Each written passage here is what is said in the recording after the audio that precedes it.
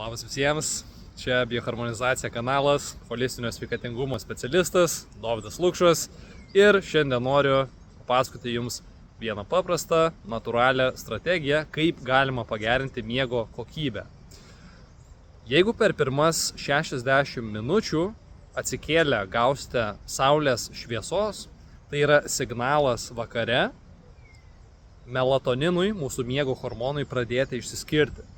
Reiškia, pagal mokslinius tyrimus po 12 valandų nuo saulės šviesos gavimo jūs pradėsite tai biškį jau žiovauti, jau jausti šiokį tokį nuovargį ir tai pradės intensyvėti. Ir jeigu vakare vengsite dirbtinės šviesos iš kompiuterių, telefonų, planšečių ir taip toliau, jūsų signalas pasidarys stabilus. Pabandykite tai padaryti kelias dienas ir galbūt jūsų miego kokybė pagerės. Iki.